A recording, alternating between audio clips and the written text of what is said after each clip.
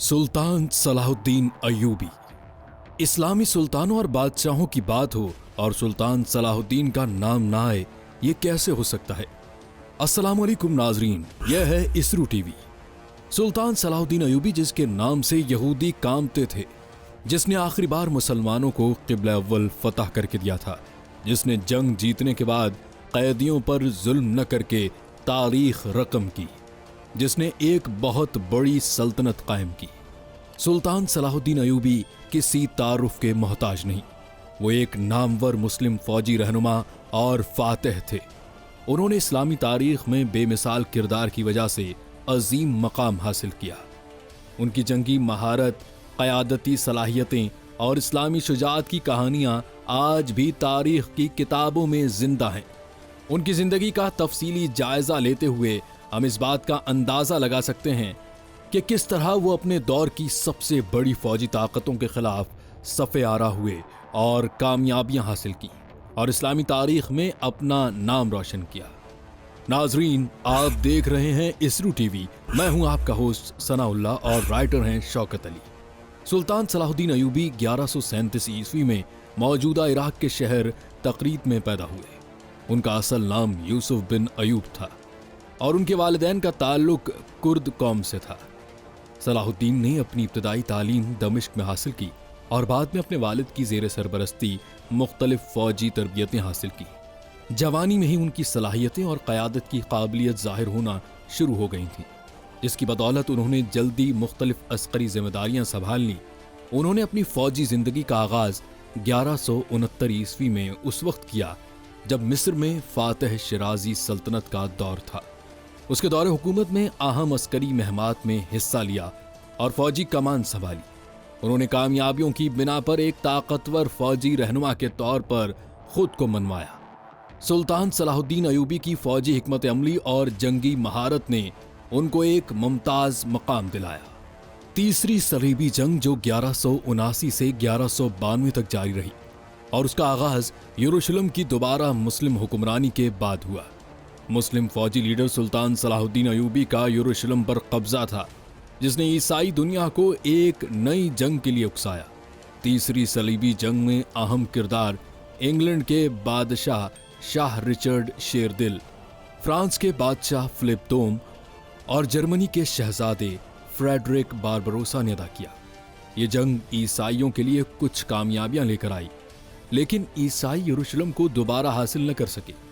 इस जंग के दौरान रिचर्ड शेरदिल और सुल्तान सलाहुद्दीन अयूबी के दरमियान मुतअद्दिद बार मुज़ाकरात भी हुए और बिलाखिर एक मुआहिदा हुआ जिसके तहत यरूशलेम मुस्लिम हुक्मरानी में ही रहा, लेकिन ईसाइयों को शहर में इबादत की इजाज़त दी गई।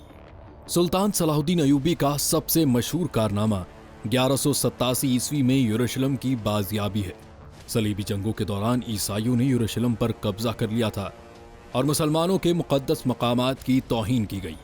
सुल्तान सलाहुद्दीन अयूबी ने इस शहर की बाजियाबी के लिए एक बड़ी फौज तैयार की और 1187 में हतीन की जंग में बहादुरी के जौहर दिखाते हुए ईसाइयों को शिकस्त फाश दी।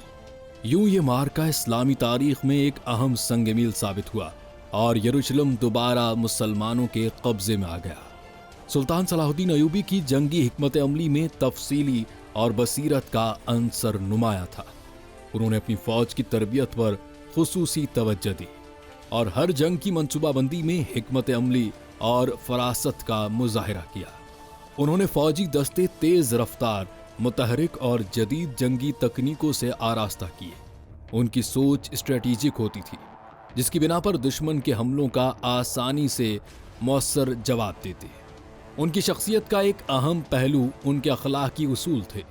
वो अपने दुश्मनों के साथ भी इंसाफ और इंसानियत का बेहद एहतराम करते थे।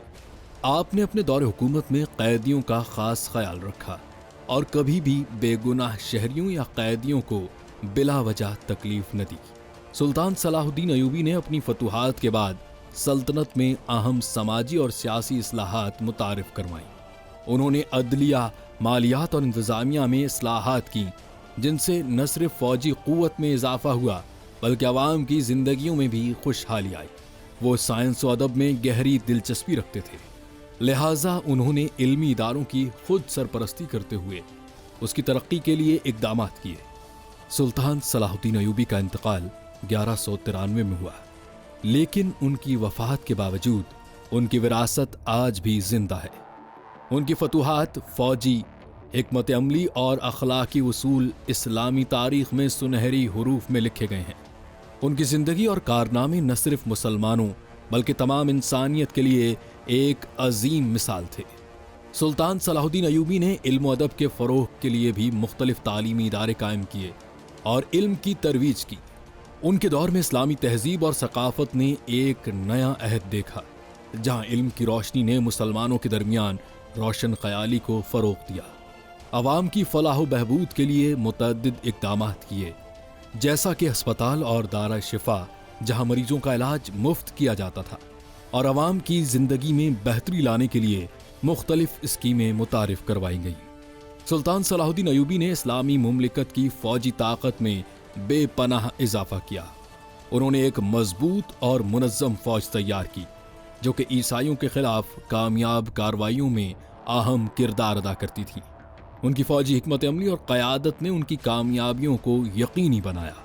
انہوں نے بین الاقوامی سطح پر بھی اہم کردار ادا کیا۔ انہوں نے مختلف ممالک کے ساتھ سفارتی تعلقات قائم کیے اور مسلمانوں کی عالمی سطح پر شناخت کو مضبوط کیا۔ ان کے دور میں اسلامی مملکت نے عالمی سیاست میں اہم مقام حاصل کیا۔ ان کی یہ تمام کامیابیاں ان کی قیادت کی عظمت، حکمت عملی اور اسلامی اصولوں پر گہری وابستگی کی عکاسی ہیں۔ ان کی زندگی اور کارنامے آج بھی مسلمانوں اور تاریخ دانوں کے لیے ایک مثالی نمونہ ہے۔ سلطان صلاح الدین ایوبی کی فوجی مہمات کے دوران ہلاکتوں کی صحیح تعداد کا تعین کرنا مشکل ہے، تاہم یہ اندازہ لگایا گیا ہے کہ حطین کی جنگ میں تقریباً 20,000 سے 30,000 عیسائی مارے گئے یا قیدی بنا لیے گئے۔ تاہم یروشلم کے محاصرے کے دوران 3,000 سے 5,000 عیسائیوں کو صفحہ ہستی سے مٹایا۔ اس کے علاوہ لڑائیوں اور جھڑپوں میں مجموعی طور پر تعداد میں اضافہ ہوا ہے، لیکن صحیح اعداد و شمار کے مطابق تاریخ خاموش ہے۔ سلطان صلاح الدین ایوبی کے پاس کتنے گھوڑے تھے یا اس کی کمان میں کتنے تھے؟ تاہم یہ معلوم ہے کہ اس کے پاس ایک بڑی گھڑ سوار فوج تھی، جس کا تخمینہ 10,000 سے 20,000 گھڑ سوار لگایا گیا ہے۔ علاوہ ازیں جنگی ساز و سامان کی صحیح تعداد اور اقسام کی معلومات ناپید ہیں۔ کچھ معلومات کے مطابق ان کی فوج کے پاس تلواریں، نیزہ کمان، ڈھال اور محاصرہ کرنے والے انجن جیسے کیٹپلٹس اور مینگونیل وغیرہ۔ تاہم اس بات کو ذہن نشیں کر لیں کہ تاریخی ریکارڈ درست اعداد و شمار یا تفصیلات فراہم نہیں کر سکتے۔ سلطان صلاح الدین ایوبی نے اپنی زندگی میں بے شمار کامیابیاں حاصل کی اور اسلامی تاریخ میں ایک اہم مقام حاصل کیا۔ ان کی جنگی مہارتوں، دلیرانہ قیادت اور اخلاقی اصولوں کی بدولت آج بھی دنیا ان کو ایک عظیم رہنما کے طور پر یاد کرتی ہے۔ ان کی کامیاب مہمات اور اصلاحات نے اسلامی دنیا پر دیر پا اثرات مرتب کیے، اور ان کی کہانیاں آج بھی شجاعت اور حکمت کی علامت سمجھی جاتی ہیں۔